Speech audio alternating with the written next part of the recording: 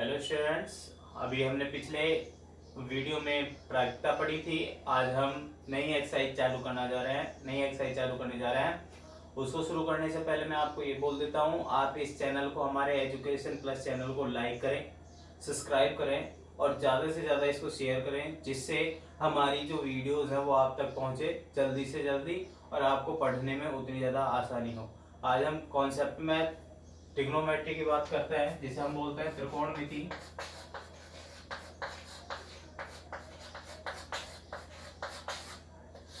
ऐसा कहा जाता है कि ये सबसे हार्डेस्ट आपके पास एक्सरसाइजों में से एक होती है, बट ऐसा नहीं है। मैं आपको बता देता हूँ, ये पूरी की पूरी एक्सरसाइज फॉर्मूला बेस्ड होती है। अगर आपको इसके फॉर्मूले अच्छे से आते हैं तब आपके पास इसको समझने के लिए कोई टेंशन वाली बात नहीं है। त्रिकोणमिति, ट्रिग्नोमेट्री तीन वर्ड से मिलकर बनी हुई है। त्रि, कोण और मिति। त्रि यानी तीन, कोण का मतलब आप जानते ही हैं, ठीक है, और मिति यानी ज्यामिति, यानी तीन कोणों की ज्यामिति। अर्थात तीन कोणों की ज्यामिति हमारे पास होता है त्रिभुज, ठीक है। अब मैं आपको एक बात बता देता हूं, त्रिकोणमिति में हमेशा एक समकोण त्रिभुज का काम आता है। इसमें हमेशा एक कोण जरूर से जरूर समकोण होगा। समकोण वाले त्रिभुज के संगत भुजाएं जो होंगी, संगत भुजाएं, ठीक है, जिसे हम एग्जेंट साइड बोलते हैं। संगत भुजाएं हमारी आधार और लंब होती हैं। एक होता है लंब, आप जानते हैं, जिसे हम बोलते हैं परपेंडिकुलर, और एक होता है आधार यानी बेस। और समकोण के सामने वाली भुजा हमारे पास होती है कर्ण, ठीक है। इनको आप 8th क्लास में भी पढ़ चुके हैं, बाकी उससे छोटी क्लासेस में पढ़ चुके हैं। समकोण त्रिभुज में तीन भुजा होती है, तीनों का अपना अलग अलग नाम होता है, आधार, लंब और कर्ण, ठीक है। समकोण त्रिभुज, समकोण के सामने वाली भुजा हमेशा कर्ण रहेगी। पर ध्यान रहे, अगर जब हम यहाँ पे त्रिकोणमिति की बात करेंगे तो त्रिकोणमिति में जो बचे हुए कोण होंगे, कौन कौन से बचे हुए कोण, एक ये बच गया और एक ये बच गया, ठीक है। ये बचे हुए कोण हमारे पास त्रिकोणमिति में काम में आएंगे, ठीक है। इनको हम थीटा से डिनोट कर देते हैं। थीटा हमारे पास कोई भी एक नंबर हो सकता है 0 से लेके 90 के बीच में, 0 से लेके 90 के बीच में, 90 से बड़ा नहीं होगा, ध्यान रहे, ठीक है। तो 0 से 90 के बीच में 10th क्लास का जो लेवल है वहां केवल 90 डिग्री तक के एंगल्स काम में आते हैं, उसके ऊपर नहीं आते। मैं 10th क्लास के लेवल की ही बात कर रहा हूँ, उसके ऊपर नहीं बात कर रहा। तो हमारे पास थीटा की जो वैल्यू है, थीटा की वैल्यू अगर यहाँ पे है हमारे पास, ये हमारा मान लो थीटा है, तो इसके सामने वाली साइड लंब हो गई और इसके जो अपोजिट यानी एग्जैक्ट जो संगत भुजा है वो हमारे पास आधार होगी। पर अगर इसकी अगर हम बात करें, जैसे अगर हम चेंज कर दें इस थीटा की वैल्यू को, अब ये थीटा हो गया, ठीक है। अब ये थीटा हो गया तो इसके सामने वाली जो साइड होगी वो लंब हो जाएगी और ये क्या हो जाएगा हमारे पास, आधार। ये आपस में अपने मान परिवर्तित करते रहता है, ठीक है, ये अपने मान आपस में परिवर्तित करते रहते हैं, पर कर्ण जो होगा वो हमेशा फिक्स रहेगा। कर्ण हमेशा फिक्स रहता है, ठीक है स्टूडेंट। इसके बाद हम आगे की बात करते हैं। आगे हमारे पास त्रिकोणमिति के छोटे छोटे फॉर्मूले होते हैं। सबसे पहले हम बेसिक फॉर्मूले की बात करते हैं, आधारभूत सूत्र जिन्हें हम बोलते हैं।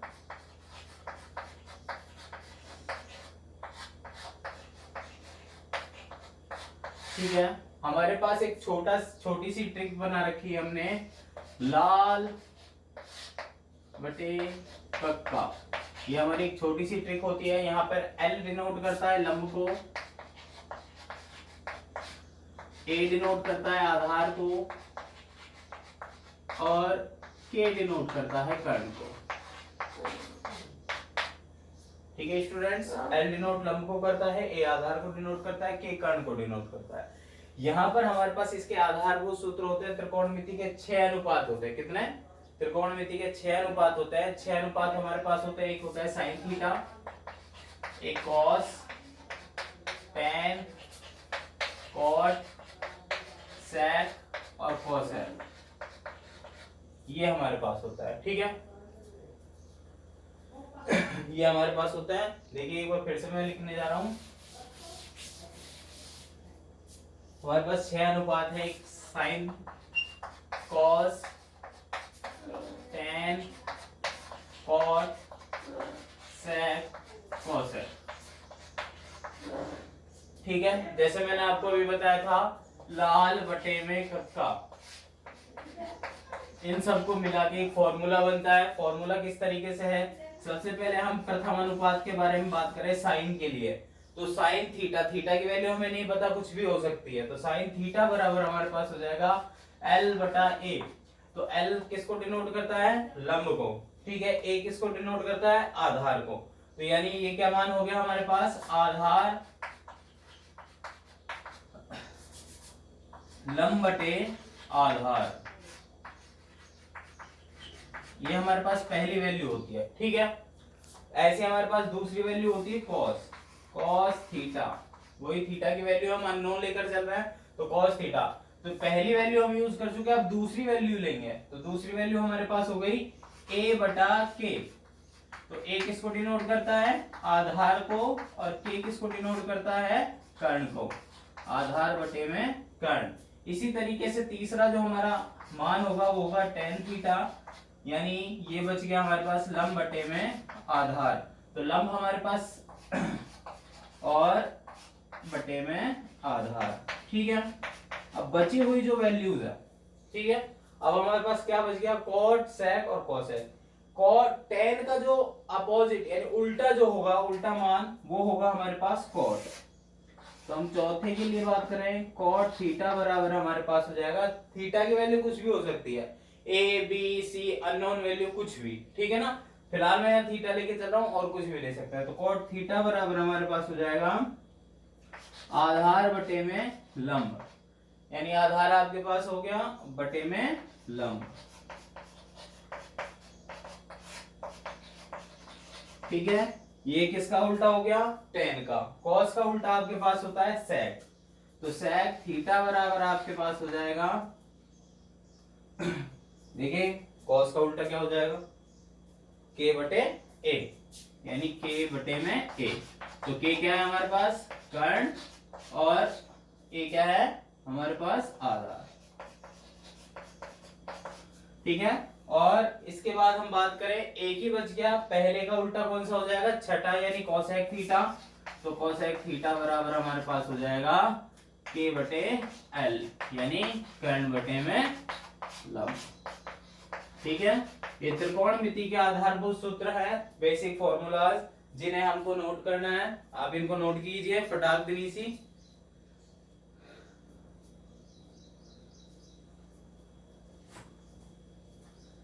स्टूडेंट, इससे आगे की हम बात करते हैं। इससे आगे हमारे पास त्रिकोणमिति के आगे अगले जो फॉर्मूला है वो है, हमारे पास होता है सबसे पहला साइन थीटा बराबर हमारे पास होता है 1 बटा कोसेक थीटा। ठीक है, अब ये आते किस तरीके से?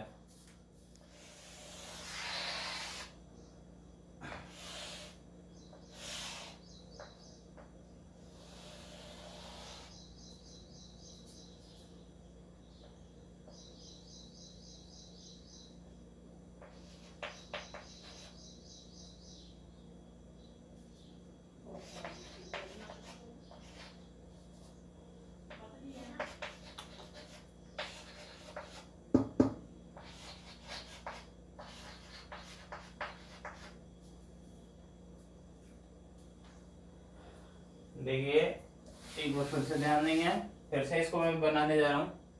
आपके पास एक सर्किल है, इस सर्किल में हम 6 कॉलम्स बना रहे हैं। एक तरफ साइन, फिर टेन और सेक। ठीक है, एक तरफ कॉस, कॉट और कोसेक। ध्यान रहे, को वाली वैल्यू जो होंगी वो एक तरफ होंगी, बिना को वाली वैल्यू एक तरफ होंगी, और मिड में आपके पास हो जाएगा यहाँ पे एक। ये मैंने टेढ़ा सा एक बना दिया है। ठीक है, इसके बाद देखिए साइन का उल्टा जो होगा वो आपके पास क्या होगा, ठीक है, आगे बात समझे, साइन का उल्टा कॉस है, यही हमने लिखा है, साइन का उल्टा कॉस है। कॉस का हमारे पास क्या हो जाएगा, देखिए दिख रहा है आपको, कॉस का आपके पास उल्टा हो जाएगा सेक। तो अगली वैल्यू हमारे पास हो गई कॉस थीटा बराबर 1/सेक थीटा। इससे अगली वैल्यू हमारे पास टेन का उल्टा कॉट 1/कॉट थीटा, ठीक है। अब ये हमारे पास वैल्यू होगी, अब इनका भी तो रिवर्स होगा, इनका भी तो रिवर्स हो सकता है, ठीक है। तो इनका रिवर्स किस तरीके से होगा, कॉट थीटा बराबर 1/tan, और आपके पास अगला हो जाएगा सेक थीटा बराबर 1/cos, और इससे नेक्स्ट आपके पास हो जाएगा कोसेक थीटा बराबर 1/sin। आई इतनी बात समझ में। अब देखिए आपको एक बात बता देता है, यहां से हमारे पास जो ये tan की वैल्यू है, तो tan की वैल्यू से हमारे पास इस तरीके से, ठीक है, आप इतना चलोगे तो साइन थीटा बटे में कॉस थीटा, ठीक है। तो ये एक tan की वैल्यू की मान आपके पास हो जाएगा, tan की एक अलग वैल्यू हो जाएगी, tan थीटा बराबर साइन थीटा बटे में कॉस थीटा। और अगर आप इसको वापस लेकर आते हैं तो वापस लेकर आएंगे, यहां से आपके पास कॉट की वैल्यू आ जाएगी, किसकी आ जाएगी, कॉट की, यानी कॉट थीटा बराबर ये इसके अपोन में कॉस थीटा बटे में साइन थीटा।